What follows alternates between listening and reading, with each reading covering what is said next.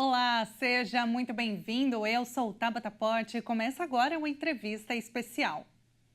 Um levantamento divulgado pelo Conselho Nacional de Justiça revelou um aumento expressivo de 57% no número de processos relacionados com erros médicos no Brasil ao longo de 4 anos. Por conta disso, o trabalho da perícia médica é fundamental na avaliação de procedimentos realizados pelo profissional e outras intercorrências médicas. Vamos entender melhor, então, com a Caroline Daites, que é médica especialista em medicina legal e perícia médica.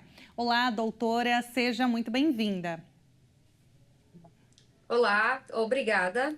Agradeço por estar aqui hoje, podendo esclarecer um pouco mais de dúvidas a respeito dessa questão tão importante que envolve a perícia médica. Com certeza, para a gente entender melhor, então, né, doutora, o papel de vocês. Uma decisão recente do Tribunal de Justiça de São Paulo proibiu um cirurgião plástico, né, conhecido como médico dos artistas, Herbert Gauss Júnior, de sair do país em razão da condenação que ele recebeu.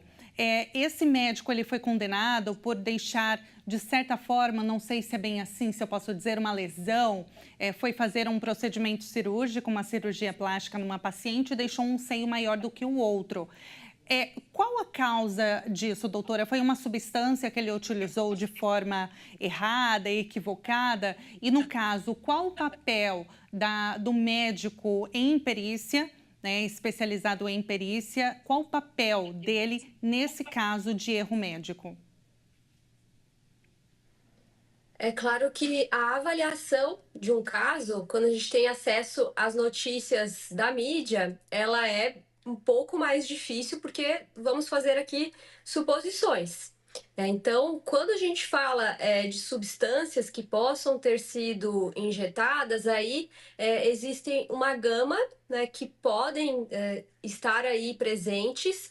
E outra coisa muito importante que a gente está falando aqui, tu citaste agora um caso que envolve um médico, mas essas denúncias, elas transpassam a profissão médica e nós vemos hoje muitos outros profissionais também atuando na área da estética e muitas vezes também, né, envolvidos com esses danos corporais e até o próprio nome erro médico, ele já está caindo em desuso, apesar de que ainda é muito difícil a maior parte das pessoas se desvencilharem desse nome, porque nem sempre é o médico o responsável, né, por um dano.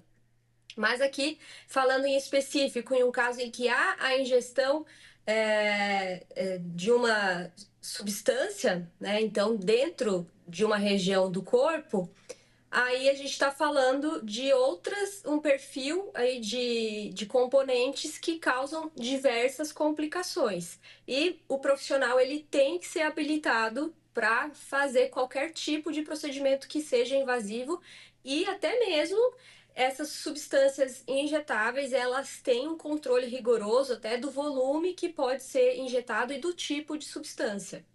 Doutora, qual que é o papel do profissional em perícia, no caso? E uma outra pergunta emendando, né? Como que é o processo de perícia nesses casos, como esses erros, esses danos que acontecem?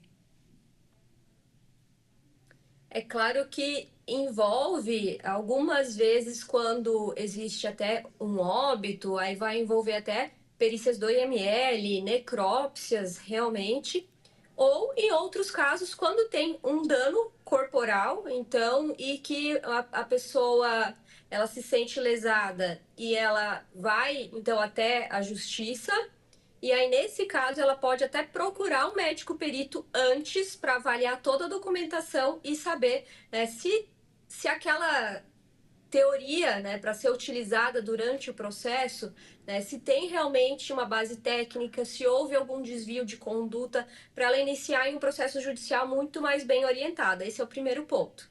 Depois que inicia o processo, então o juiz ele vai em uma das fases determinar que exista uma perícia judicial, porque o juiz ele não é médico, ele precisa que um profissional da área médica, de certa forma, traduza para ele tudo o que está envolvido ali naquele caso, responda perguntas tanto do juiz quanto do autor e réu da ação, e assim consiga conduzir, né, de uma forma melhor toda a questão judicial para que a sentença seja, né, o mais segura possível para o juiz de estar fazendo a coisa certa.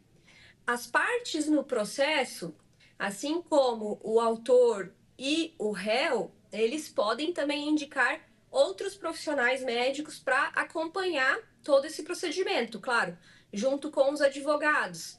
E assim, em várias fases que vão acontecendo, esses profissionais vão atuando em conjunto e mostrando da melhor forma ali também de questões técnicas através de pareceres para o juiz as questões que importam para aquela pessoa que o contratou, né? E o perito nomeado pelo juiz vai estar ali também no meio, ajudando a demonstrar, né, como tudo aconteceu através da avaliação dos documentos e o próprio exame físico dessa pessoa que tenha algum dano, né? Ou quando é na esfera de que aconteceu um óbito, né, ou que tem uma denúncia que transcorra com processo penal, aí também as perícias do Instituto Médico Legal vão ser importantes. Eu ia até te perguntar isso mesmo, doutora, com relação aos exames, né? Como que são realizados esses exames? Eles são específicos para cada caso? No caso, a pessoa que ela apenas ficou, digamos assim, deformada, tem um certo tipo de exame, é um processo, são vários, como que funciona? E no caso do paciente que ele foi a óbito, né, por um erro médico, como que funciona também? Quando o paciente vai a óbito por uma circunstância em que exista uma suspeita, né, se a pessoa fizer o boletim de ocorrência e o delegado julgar a necessidade disso ser avaliado pelo médico legista, ele vai pedir, né, o andamento dos procedimentos e aí vai ser feita a necrópsia. No caso, né, das pessoas vivas que tenham alguma deformidade, elas também podem fazer a sua denúncia, né, através do boletim de ocorrência ou utilizar tanto processos judiciais cíveis e até processos administrativos no Conselho Regional de Medicina. Cada um deles, né, terão aí visões diferentes e até abordagens, né, diferentes. Então, por isso que é importante ter os profissionais adequados, tanto o advogado quanto o perito particular, para fazer essa assessoria.